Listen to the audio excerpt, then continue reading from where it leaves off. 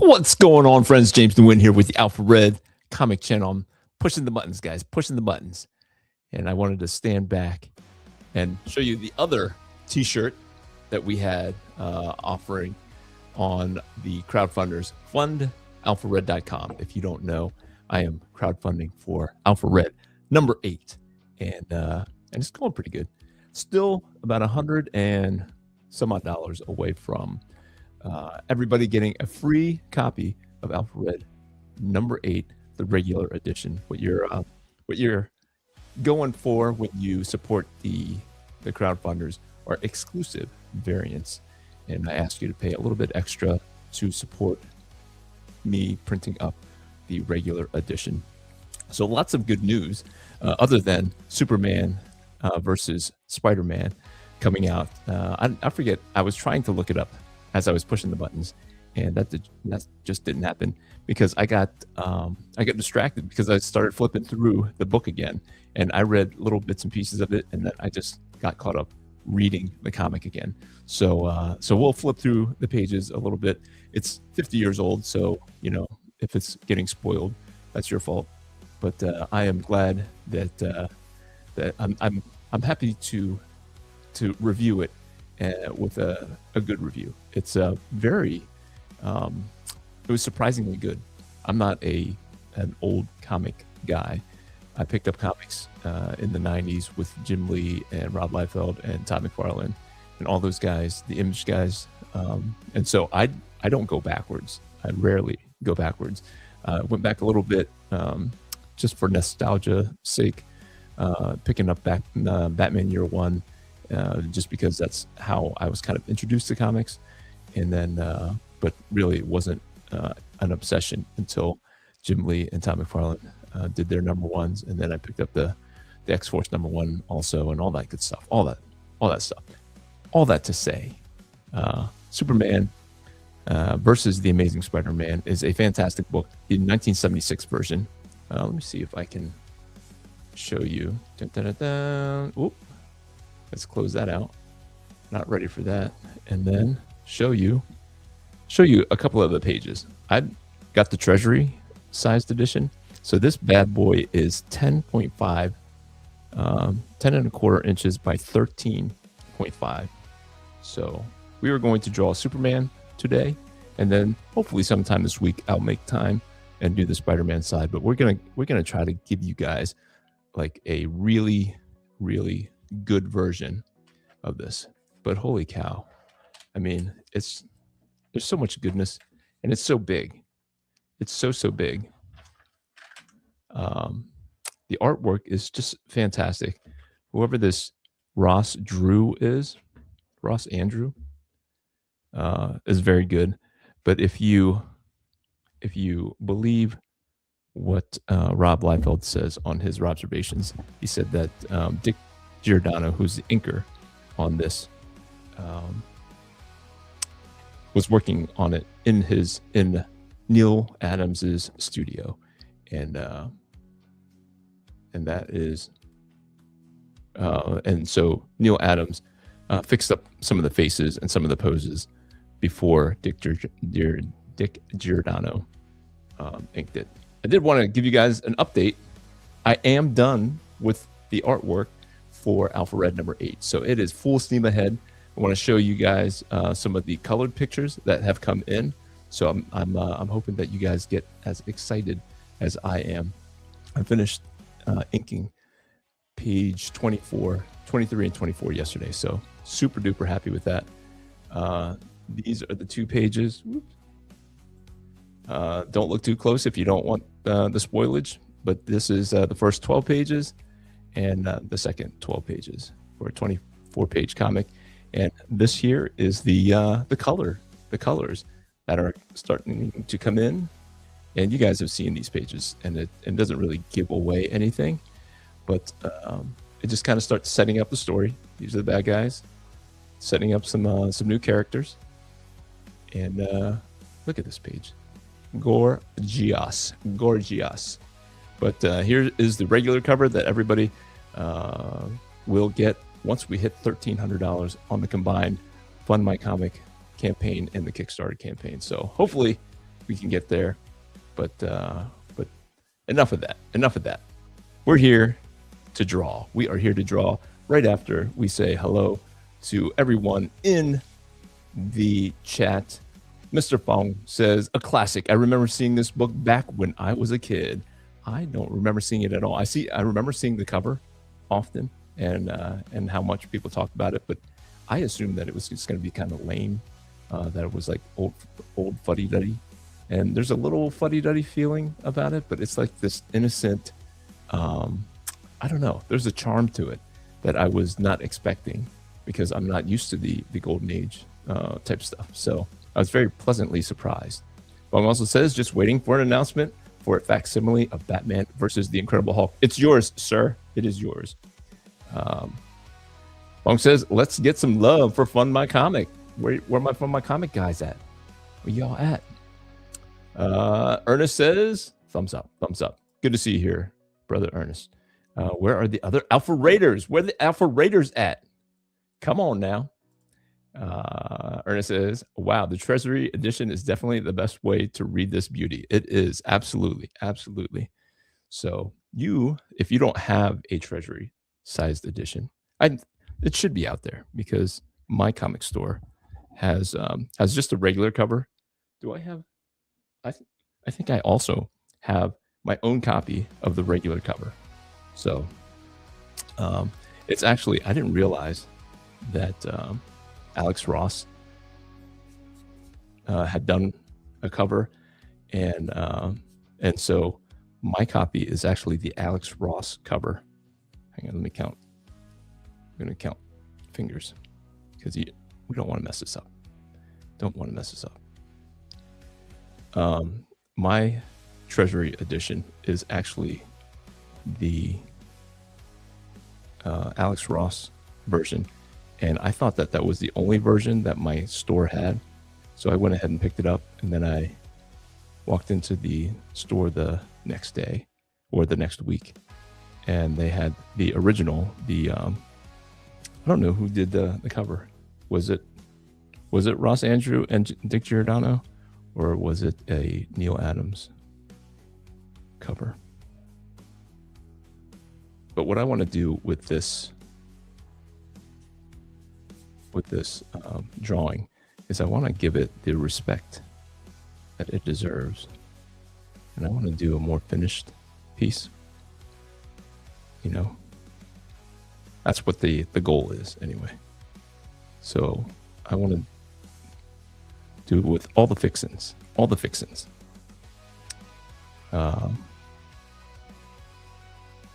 and that's why I laid it out already so that I got the composition that I really wanted.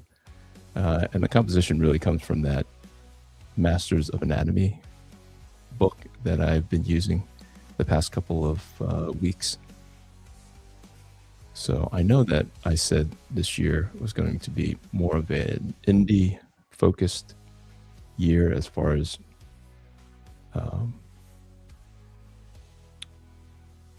subjects for the Sunday draw stream, but I kept hearing about this Superman versus Amazing Spider-Man anniversary, and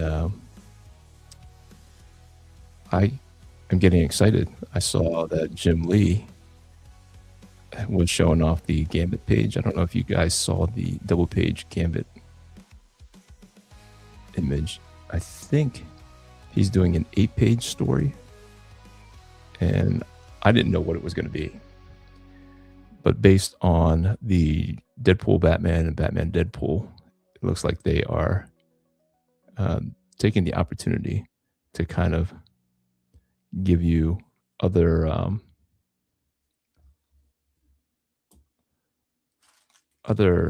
team ups that you maybe wanted to see, or maybe they just wanted to do. I don't know if they left it up to the creators to kind of do what they felt like they wanted to do. But Jim Lee back on some X-Men. Yes, please. Yes, please. So that is the goal for me, is to right now do a really much more polished piece than I normally do. So even if I don't finish this within the hour, I will take the time to give it all the details as if this was like a regular sized, a regular comic that I was going to turn into a print or turning it in as an assignment, as if they hired me to do Superman versus the Amazing Spider-Man. But yeah, I was very pleasantly surprised at how fun the story was. And it's, it's kind of cheesy. It has the innocent kind of storyline, like everything is very conveniently the timing, the coincidences of everything and how they meet and things like that are very predictable. But that doesn't stop it from being loads of fun and just well drawn. And I like the dialogue. I didn't think that I would appreciate 1976 dialogue, but it's fine. I prefer it to some of the things that I hear in comics nowadays. So, Brother Funk says, definitely need to read this as a treasury. The reprint in the huge omnibus is too small. Yeah, I thought the juiciest parts were the Superman, because it was so good and juicy. Like Superman has never looked so good. Look at that. That's amazing. And that they're so big, and the anatomy and just the brushwork, just fantastic. And then at the end of the beginning, like the first couple of pages, the first part of the comic is like a Superman adventure, how he captures Lex Luthor. And then once he captures him, they give like an origin, a quick 1-page origin story for Superman. And that was gold. It's just so concise and well done. And then it starts the second part, which is the Spidey story, where he captures Doc Ock. And then at the end of that, they give a little Spidey origin. How cool is that? And then they show how the bad guys get locked up in the same place. And then at the same time, they are putting Peter Parker and Clark Kent in the same place with their girls, Lois Lane and Mary Jane. And then Lex Luthor and Doc Ock. The breakout scene is hilarious. Absolutely hilarious, where Lex Luthor is riding Doc Ock. It is absolutely hilarious. Look at that. I was like, okay. They just met, and one guy is piggybacking the other guy. That was hilarious. But like, it's so good the whole way through. And when they start fighting, oh my goodness, I got goosebumps. It was so good. There's a misunderstanding, and then of course Lex Luthor and Dr. Octopus are manipulating Spider-Man, giving him extra power with red kryptonite or something. I forget, some kind of red jewel or whatever. But I'm gonna treat this like an assignment. So I'm excited about that. Brother Funk says, I've been loving the Treasury reprints. I've been getting the foil cover version. Splurging. I gotcha. No, it is. I love to see it. Love the artwork. It's just, and with me doing the pages of Alpha Red at a smaller size to speed things up, I kind of miss seeing the larger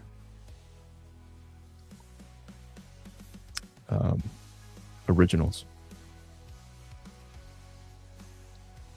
So let me grab my handy dandy. This is what I was using for a reference. This was from the Masters of Anatomy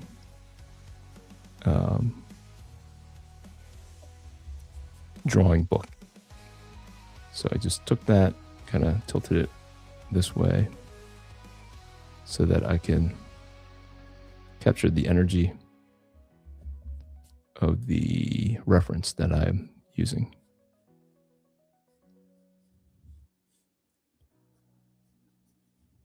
But that's come in really handy here lately. Even when I was doing Alpha Red, you know, the references between this book and just using comic books of the artists that I like has really brought things back for me. The fun of it, the choosing different poses, and even going through and choosing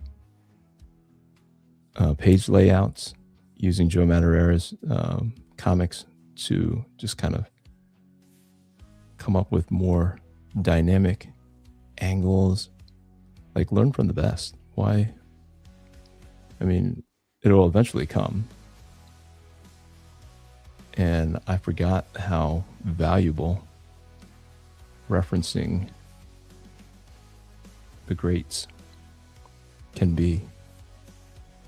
And just to hear how Will Sprataccio and Rob Liefeld, while they were talking and explaining how the early days of Jim Lee and Will Sprataccio and them sharing an apartment for their studio, and just running down to the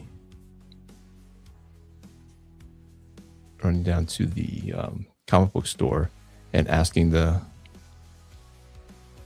comic shop owner, like, who draws the best hands, who draws the best women, who draws the best faces, and then they would just buy all of those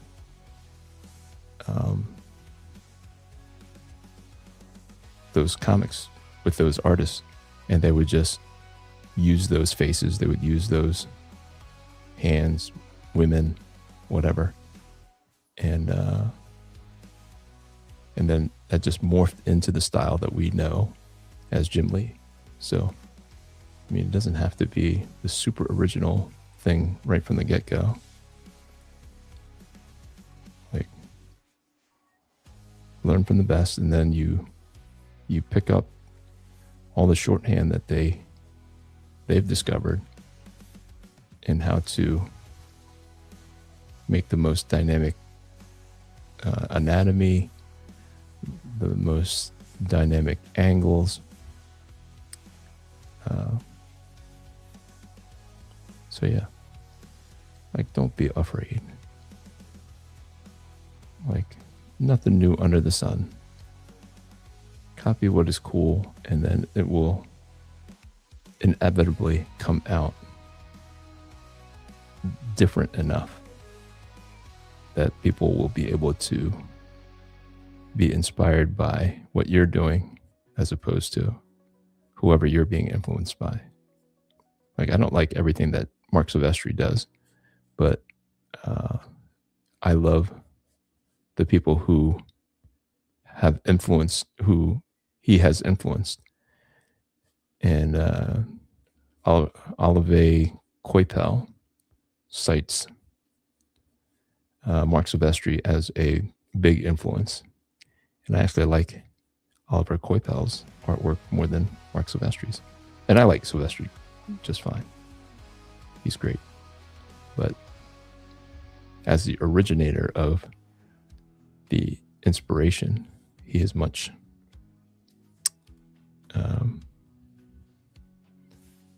much better to me, Olivier Coipel. And even though it's spelled like Oliver, I just met someone at church whose name is Olivier. He kept saying Olivier. And I was like, oh, okay, Olivier. He's like, it's Oliver, but we pronounce it Olivier because it's French. Like, oh, français, en français. Ernest says, it is interesting how sometimes you can spot the artist just on their drawing style, but some of them do change over the years. Yeah, like Jim Lee. Like Jim Lee's sweet spot was like towards the end of his Uncanny into the beginning of his X-Men run, and then he kind of drops off. He gets a little bit stiffer as he goes into Wildcats and stuff. It's great. I mean, all of it, it's really nitpicking, but it really just does become a little bit stiffer. And I don't know if it's because these guys are just becoming businessmen, and so they have less time doing the drawing, or they're juggling the business side of things also, that kind of take away from creativity. I mean, he picks it back up. You know, I remember when J. Scott Campbell joins the Wildstorm crew, and Jim Lee seemed to like pick up on some of the things that made J. Scott Campbell really good, and just incorporate that into his style, and made the women that much more attractive. And so yeah, I was, you know, they do kind of evolve. JRJR, some of his older stuff is awesome compared to later years, not so much. Yeah, so JRJR is not as good as I remember him. And when you look at some of his pencils, he's a very, very loose penciler. So I met Scott Hanna. I run into Scott Hanna at conventions often, just because I think he's still in New York, but he'll come out, and I'm far away from New York City, but he'll come all the way down to like the Hershey Comic Con is where I've met Scott Hanna. He's done the Twin Tiers Comic Con. Twin Tiers is like south central New York State, so still considered upstate central New York, but we have an area of the state called the Southern Tier, and then is it just the Southern Tier? But then there's another something tier, and there's a convention out that way around the Binghamton area, Elmira, Binghamton, New York, that Scott comes out to, and he has shown me some of John Romita Jr.'s pencils, because he was currently, I don't know if they're still doing Amazing Spider-Man, but his pencils were so loose, and I was like, wow, that's kind of crazy. But if you look at John Romita Jr.'s drawings on that project with Mark Miller, he has Klaus Janson inking him, and it looks like old John Romita Jr. back when he was doing Amazing Spider-Man with J. Michael Straczynski, back when he was doing the Daredevil Man Without Fear.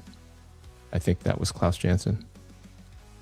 I used to pronounce it Klaus Janson. I had never heard of the name Klaus, but correct me if I'm wrong, but I do believe it's Klaus Janson. It's pronounced Klaus. Is it German? Is it a German name?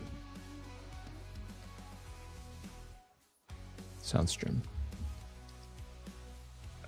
Fong says, typically I can figure out art from Rob Liefeld, Jim Lee, Jim Aparo. Okay, yeah, I'm learning Jim Aparo. He's like the quintessential Batman guy. Neil Adams is like very distinguishable. George Perez. I've never got into George Perez, so I know he's popular. But by the time I saw George Perez, he was kind of on this downward slide where it was like a little too detailed without the, I don't know, it was just like a lot. Gil Kane was always good, fantastic. Carmine Infantino, I didn't know that he was an artist, honestly. I thought he was an editor, but I could be wrong. Probably wrong. Nelson Bridwell, wouldn't know him. Art Adams, I can tell. Adam Hughes, for the most part, I can tell Adam Hughes. There's so many copycats of Adam Hughes that it kind of gets washed out. I mix him up with Terry Dodson sometimes. But yeah, Dan Jurgens. Yep, Dan Jurgens is like the DC version of JR, I think, in my mind. He's just like a steady Eddie kind of. He has his basics down. Really, really good. But yeah, it is funny because you do figure out your shorthand. And the great thing about living in this day and age is that we have so many great artists to look to and just kind of grab their shorthand and use that until we figure out what they were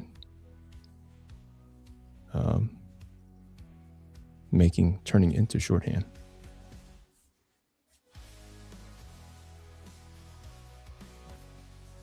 And you can make cooler pictures faster.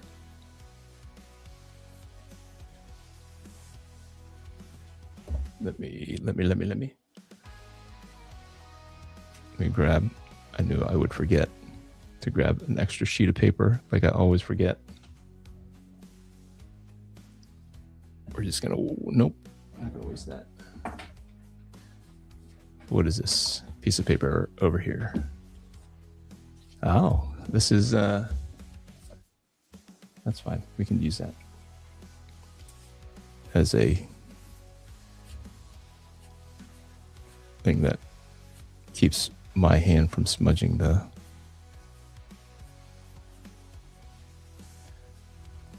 pencils. All right. What do you guys think? Are we ready? He's gonna be looking at Mr. Spider-Man over here. And you gotta make Superman look like extremely good looking. Like he can't just be like kind of studly. You know, there's guys who are attractive, but it's because they have a tough look or whatever. I'm thinking of like Jason Statham. You can see where maybe girls like him, but like he's kind of bald. He's not like a classically good-looking guy. Maybe I'm wrong, but like he used to be like a Tom Cruise. I don't know. Maybe it's all in the taste of it. But what do you guys think? I'm going to snap a picture of it, and then we'll start in with the inks. Inkity.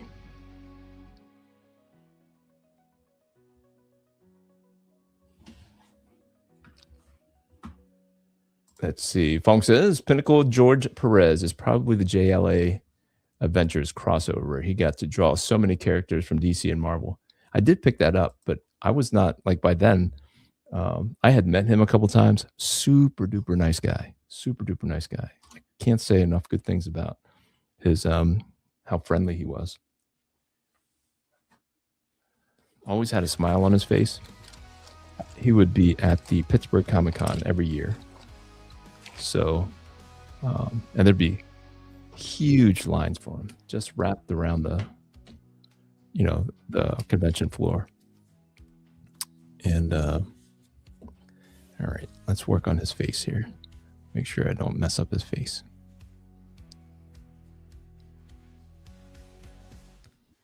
But, yeah, just met him a couple times. You know, the Pittsburgh Comic-Con used to be held at a hotel, and it was in the convention center of the hotel, and they would have the stars, the superstars, stay in the same hotel as the attendees. It was a little bit more expensive, but my friends and I would jam a bunch of us into one room, So we would split the cost. Wasn't that much more expensive. But so you would inevitably ride up the elevator with like somebody that you would not normally meet. Like a George Perez rode up the elevator with Frank Miller. Didn't have the nerve to say anything to Frank. Didn't have the nerve to say much of anything to anybody except for Michael Turner was an amazing human being. And he would come out to the Pittsburgh Comic-Con every year. And he would like to gamble.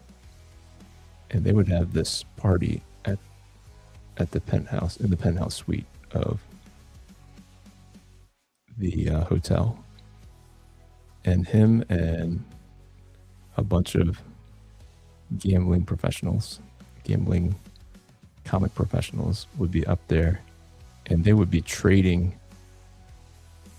original artwork as as money instead of money. Some of them would run out of money, so they'd pull out some original artwork of theirs. And there's a lot of drinking. So when you drink, you have the nerve to talk to some of these superstars of comics that you're just smitten with. And so I hung out with Michael Turner a couple of times before he passed away.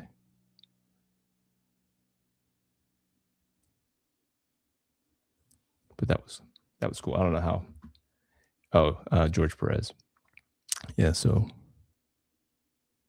George. I don't remember him up at the penthouse parties, but I would run into him in the lobby or on the elevator. But very cool. Cool memories. Any other Alpha Raiders out there? Alpha Raiders. Yeah, definitely want to make this like legit. As legit as I can.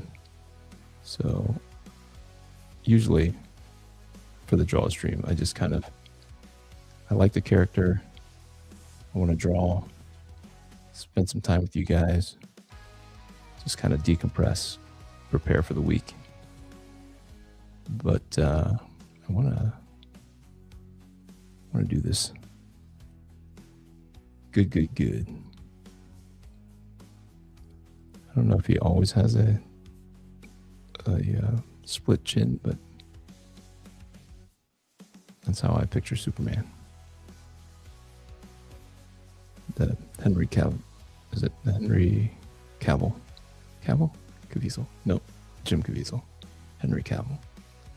But I didn't originally like Henry Cavill as Superman when he was cast. But when the movie came out, because when the picture started coming out, I was like, he looks like fake. He looks like almost too much of a caricature of Superman. That didn't look. There was no way that he was going to be legit. And I was pleasantly surprised. And how good he portrayed Superman. And I had no idea that he had an English accent. Because Superman was the only movie that I remembered him from, even though I guess he was in what was it, the Count of Monte Cristo? Is that right? And I used to watch the heck out of that. I couldn't tell you too many details about it now, but yeah, I love that he's in so much now, Henry Cavill, because he seems like a real fan of this genre. He's not ashamed to be connected to like geeky stuff because he's a geek himself.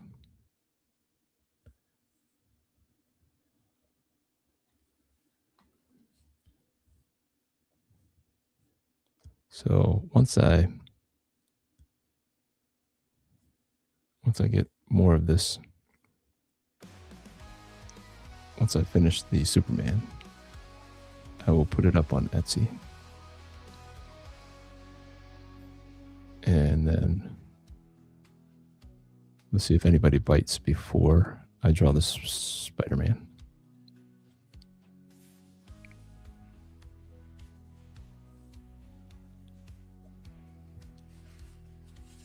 We'll see. We'll see. Just depends, right? Depends on how much I want for it. So I typically charge $30 for a single character from a Sunday. And that includes the $5 comic that I usually draw on. And then that even includes the shipping, which shipping has really increased here in the past couple of months. But I still keep it the same. I just eat the cost a little bit more. So I'm factoring all that in when I come up with the price.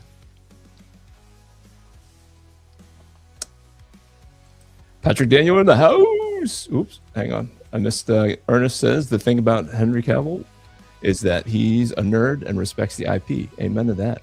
That's one reason The Witcher didn't work out. That's what I heard. I couldn't watch it. I saw like the 3-breasted witch or something like that. I don't know. I was like, I can't get into that. Patrick Daniel says Perez was the GOAT. Met him in Metropolis. He was hanging out with Superman. Literally. Metropolis, what? Kansas? Is there a Metropolis? Where did you hang out with George Perez in a place called Metropolis? That's funny. That I'd like to hear.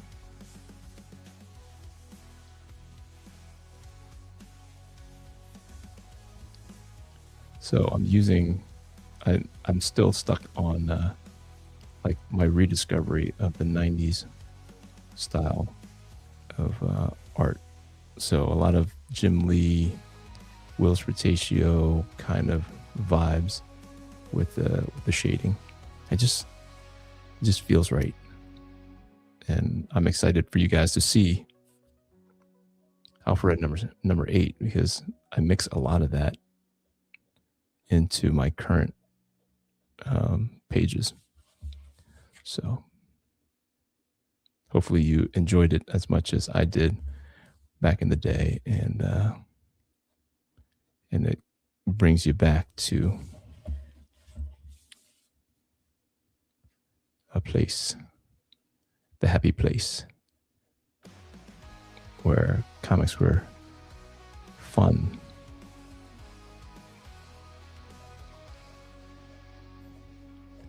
Comics were fun.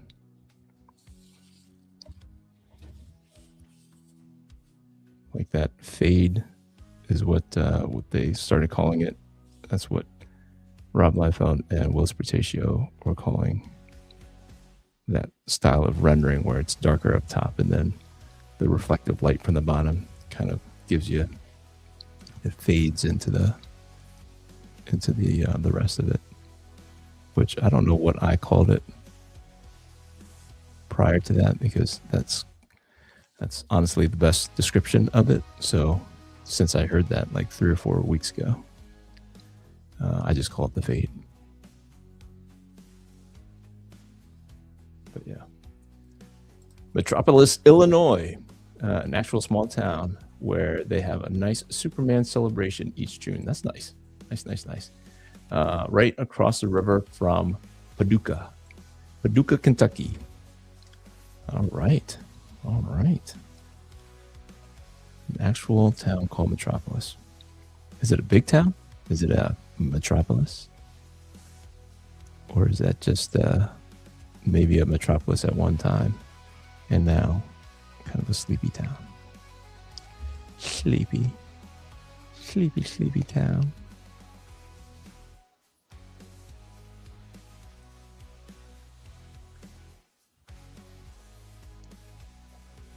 So I've been busy finishing up Alpha Red number 8, so I have not been promoting the crowdfunder. So hopefully this week you'll start seeing me out there kind of putting out new stuff that you can share and help get the word out on Alpha Red number 8. I really want to hit that 1300 so that everybody can get a free copy of the regular edition of Alpha Red number 8. But this is what happens during the middle of the crowdfunders, where, you know, in the very beginning, you get everybody is kind of aware of it if you're doing your job right.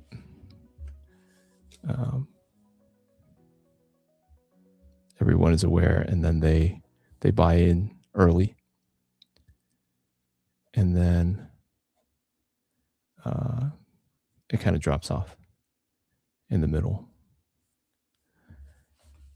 And then at the end, whether or not you made it or you didn't make it, people seem to wake back up and they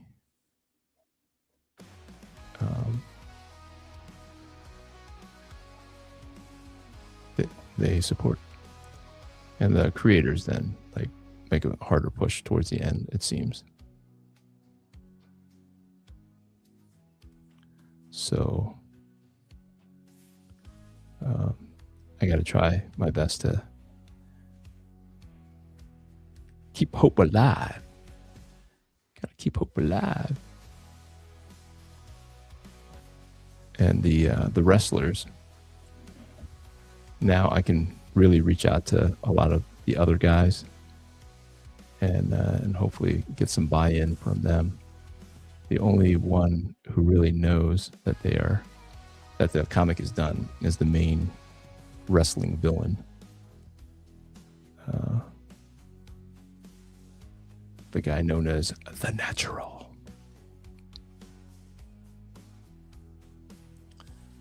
So he's been sharing some things out, but the other guys are like, they agreed to it like way back in the fall. And so, as I'm told, a lot of these things kind of fizzle out where they don't come to fruition. So they're kind of used to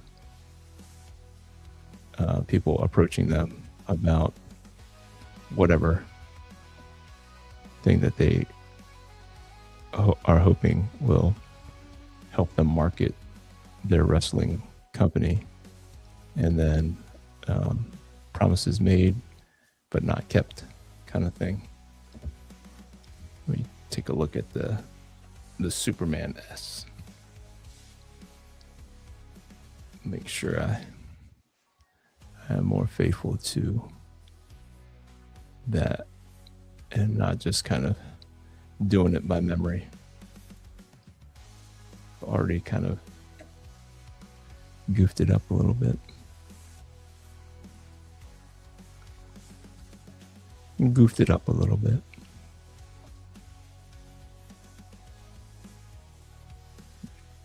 Oop, there it is.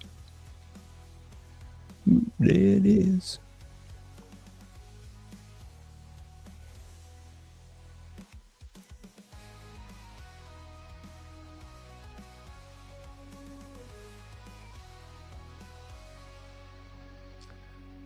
See if I missed anything here. Ironically, not even close to being an actual metropolis. About 6,000 people on a good day. Much more like Smallville. That's ironic. Isn't it ironic? That is funny. Funny, funny, funny. No, I have some pretty cool encounters with some notable people. Like I got to talk to Jim Shooter for a little bit last year before he died. Well, the year before. I think it was 2024 at the Hershey Comic-Con. Talked for a little bit. Got to ask him a couple of questions, and the man's got some stories, and he can talk. Talk.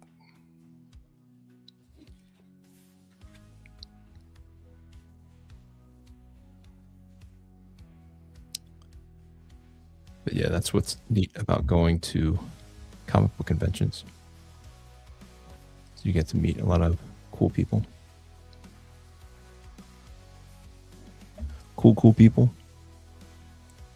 I'm still trying to make San Diego happen. I've not been pushing it very hard or looking into things very hard right now, just because I've been very, very occupied with Alpha Red number 8.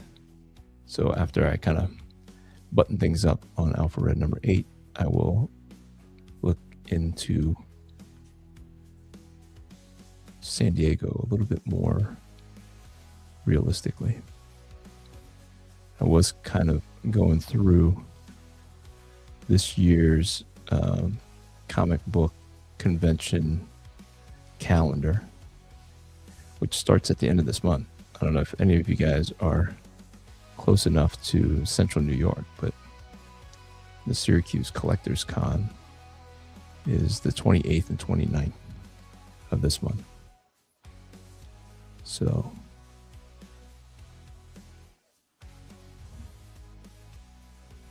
and I will be there. I will have, he promised me 2 tables, maybe 3 if I wanted. And if he's going to give me 3, I'm going to take 3 tables. I have a lot of stuff. And when you're limited to just 1 table, you have to pick and choose what you think people are going to buy. And it's just weird what people want to buy. And I'm always surprised. But it's definitely more of an impulse buy. If whatever you put out strikes that person walking by, they'll buy it, and then that's the only thing they'll buy, and then they'll walk away. And you're like, if you like that, you could pick up all this other stuff. Don't you want to flip through and bring home so much more? If we have this same taste in fandom, wouldn't it make sense to go through my portfolio and maybe find some other treasures that are, I'm relatively cheap. You know, they'll have actual professionals there. So their stuff is super expensive. Mine is affordable. So bring home a cool picture of Superman or whomever at a much lower cost than some of those other guys. But yeah, I get it. Like, those other guys actually drew some of these characters. So I get that it means a little bit more. So you pay a little bit more. But if you're just into a good picture drawn by a nice fella, why not? Why not?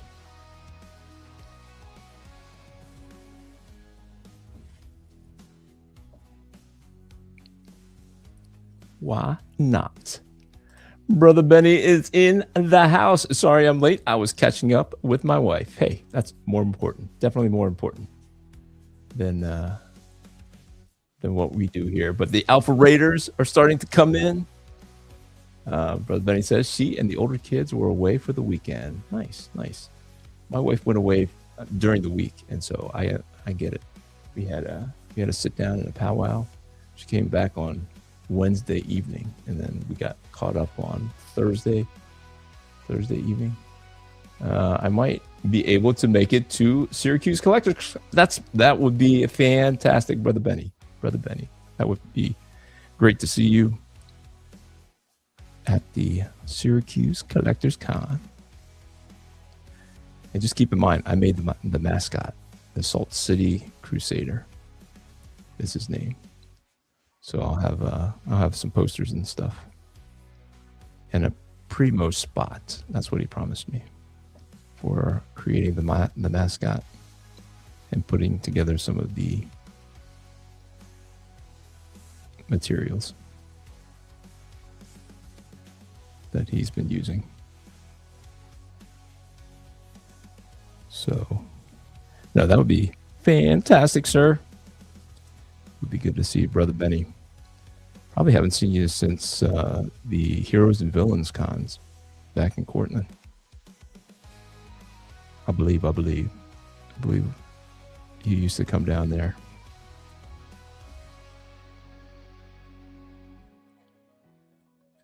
That would be fantastic.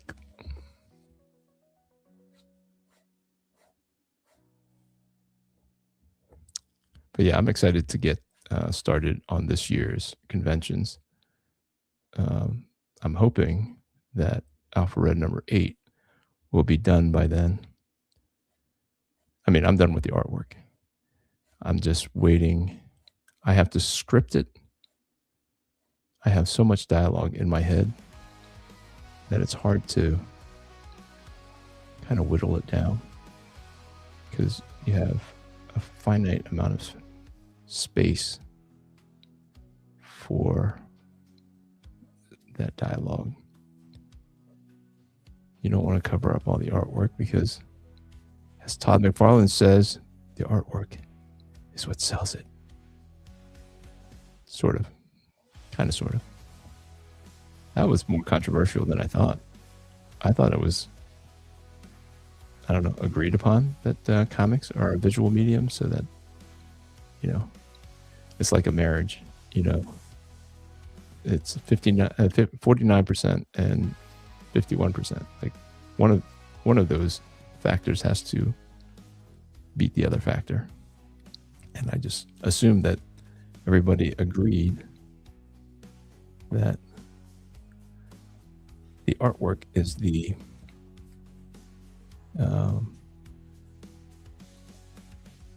more important factor.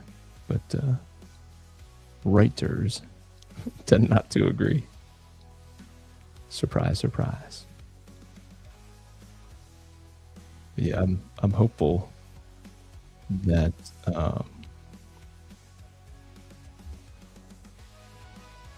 the colorist is can speed it up a little bit. I did ask him if he thought that he could finish all the pages by the 14th, which is when I had it on my schedule that the colors would be done. But he has been a little bit slower this time than he was last time. So I don't know if he's got other work that he's doing. But right after I paid him, and this is just, I don't know, I don't think he watches my draw stream. And it's no slight to him because I pay him, and what I noticed is that all of a sudden he's on vacation. I pay him, and then he doesn't post the pictures, but I'm also friends with his wife on Facebook, and she starts posting vacation pictures. I'm like, is it coincidental, or is like every time I give you a payment for some color pages, you end up in the mountains somewhere sipping on lattes and catching some views on views? Just something that I noticed. Something that I noticed. But like, I don't want to begrudge you your vacation. Especially, I'm glad that the pittance that I'm paying you can bring such a good outcome. let it go so far. But like, I would like some colored pages, please. So I don't know if I need to put on more pressure, or if I don't know. I don't know what the right course of action. Do I just leave them alone? I don't necessarily subscribe to that either. Everybody needs a little nudge, I believe.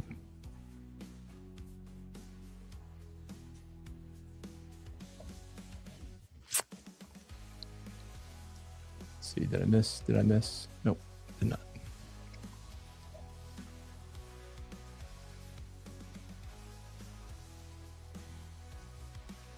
What do you think? What do you think?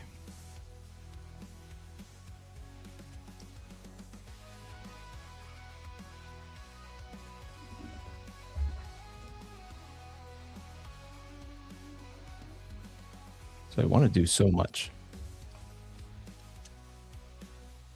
A lot of Alpha Red stuff, a lot of some of this fun stuff. You know, I'm a comic fan too, so this stuff is fun to me.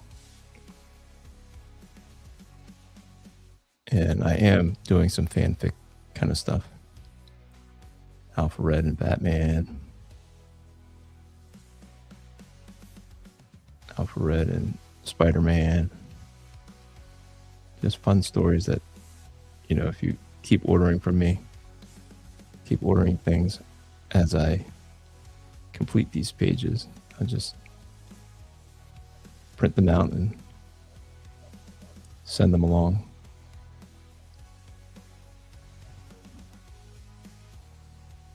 With your physical orders and rewards and all that stuff.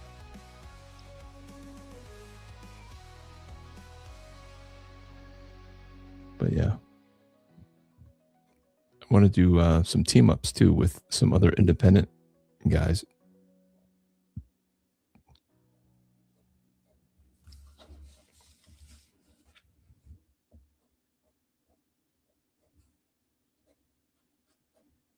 Actually have a story that kind of incorporates a bunch of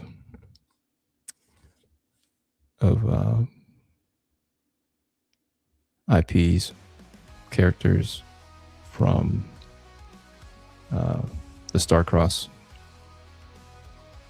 universe, and you know, like Alterna, Pete's King Cryptid is in it. I should probably ask him if he would mind if I do like something like that. I mean, the larger story of that crossover would center around Alpha Red, honestly. He's the one that kind of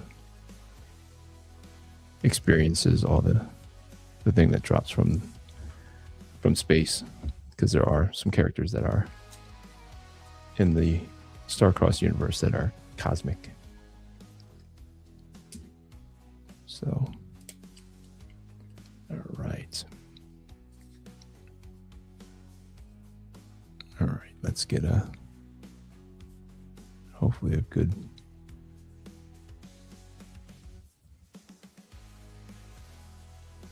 Superman. Whatever makes a good Superman. A good looking Superman. See if we can achieve that.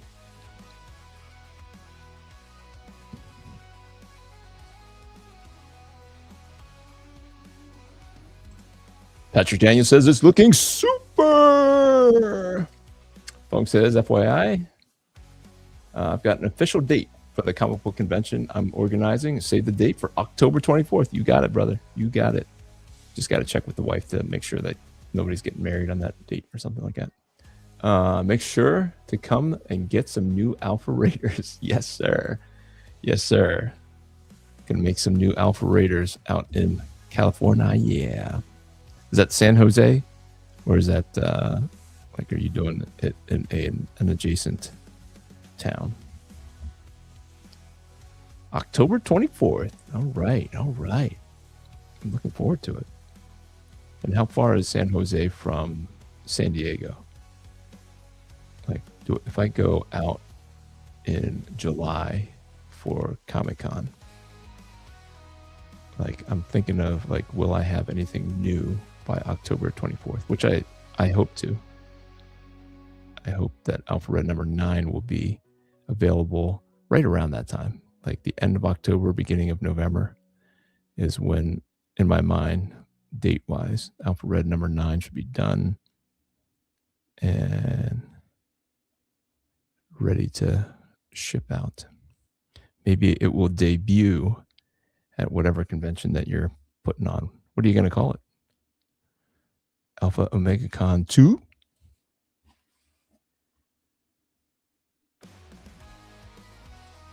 Ernest says that's the chin, right? The Clark Kent chin. Heck yeah. Heck yeah. We're gonna need t-shirts. Yes, sir. The Alpha Raiders t-shirts on their way. It would be the Bay Area, in the Bay Area somewhere. Need to finalize those details. Gotcha. Oops. San Jose is not close to San Diego. It's like a 10-hour drive. Wow, you drive 10 hours to go to the Comic-Con? Convention name is Koinonia Con. Gotcha. Was that, it means fellowship? Is that right? Koinonia means fellowship. If I'm remembering my, is it Latin? I don't know what those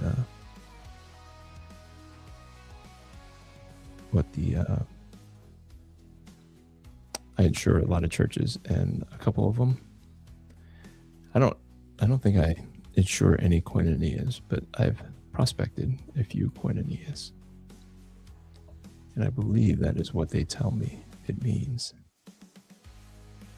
It means fellowship, unless you tell me something different. You can tell me if koinonia means, I don't know what else it could mean.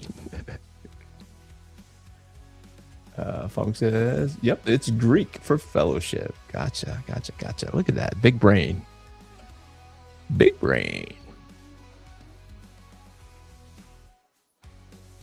See, you learn something.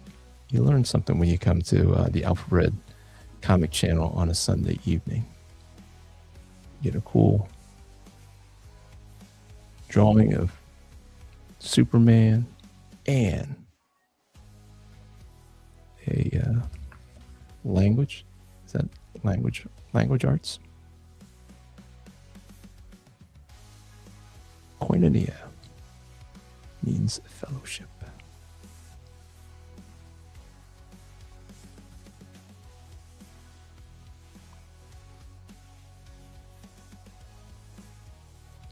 Looking super. Per Patrick Daniel says it's super.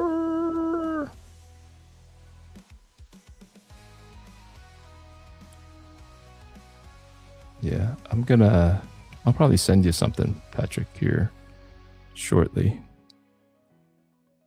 just to kind of give you my thoughts on my Superman character. I'd show you the picture, but I think I wrote his name next to it, and I don't want to give away the name quite yet on here, just because it might be a stupid name that I want to change. It's not a cool name like Koinonia.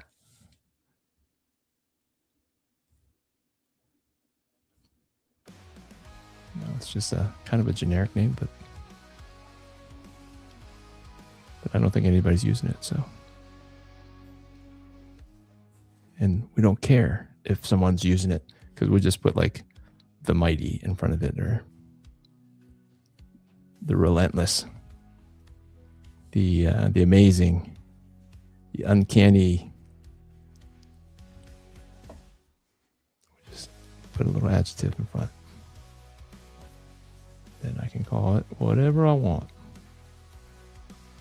I don't know if that's how it works or not, but in my mind, that's how it works.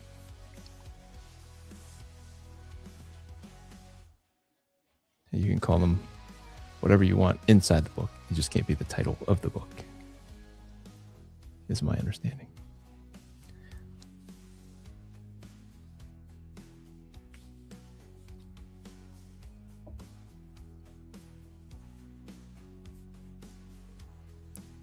As far as the names go, is what I mean.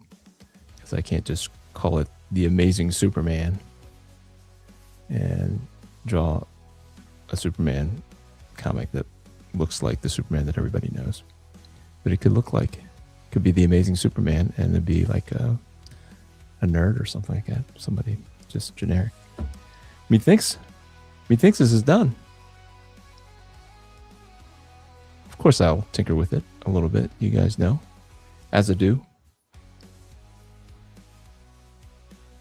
You guys, I think this is finito for this side of it, and then Spider-Man will be that side of it. I'll see about jumping on here during the week, because I hate to leave this until next weekend. I like to stick to my highlight of independent comics. I feel like that's important. More important than having fun all the time, which this is fun, because I don't need references or anything. Just a reference for the S. But guys, I'll show you one more time some of this stuff.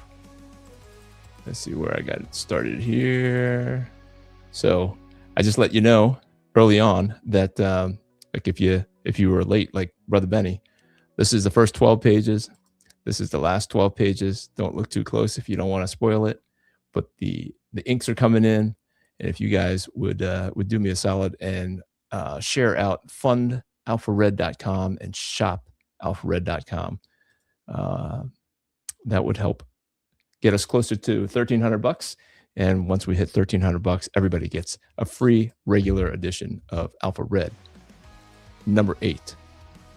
You guys are getting the 28 or 32 page thing. I think I was going to make it only 28 pages, but I'm thinking, like, all these ideas keep coming to my head, and I'm like, I could do a little bit extra for the people who support me on Kickstarter and Fund My Comics. So, but here's what you get when you go to fundalphared.com. But all right, let's go in here and see what the last of it is, and then I will bid you guys adieu. Ernest says, looks great. Looking forward to the Spider-Man. Me too. All right, that brings us to the end of it, guys. Thank you so much for hanging out with me on a Sunday evening. I hope you guys enjoyed it. I know I enjoy this. So until next time, grace and peace. We are. From dust of ages, a shadow woke, a seal was shattered, a silence broke, a relic stolen by thieving hands. The searcher breaks in wherever she can. Ancient chains fell, a blade of steel, and winged executioner named Zachiel. Once bound to judgment, wrath, and flame, now walking the earth in evil's name. Blood meets prophecy, truth meets lies. The past screams loud in wingmen's eyes. He stands his ground, he won't break. The kingdom fight is now his fate. When angels fall and the dark ones rise, his faith and fire will light the skies. When the story is told, let it be said, God's champion tonight was Alpha Red. Wingman dreams in broken lights, forgotten sins clawed through his night. Someone else's vision of who he was, of broken wings and a sacred cause. He faces the thief with a heart on fire, the searcher's blade sharp as wire. Beside her he stands, cold and still, Zach skill awaits to do her will. Heroes tremble at heaven's gate. Old blood stirs, but it's not too late. He stands his ground, he won't break. The kingdom fight is now his fate. When angels fall and the dark ones rise, his faith and fire will light the skies. When the story is told, let it be said, God's champion tonight was Alpha Red. If judgment's bright can't be slain, then a new master must take the reins. Not all that's holy walks in light, not all that's wrong is born at night. The searcher pulls her final thread, but our heroes will triumph instead. He stands his ground, hearing wingmen's cry. His kingdom friends, doomed to die. When rooftops burn and allies fall, one brave hero must answer the call. He fought till the end as the darkness fled. The war is won because of Alpha Red. The searcher runs, the skies still bleed. Sackhill falters, chained by creed, and in the ash where angels tread, hope still rises, Alpha Red.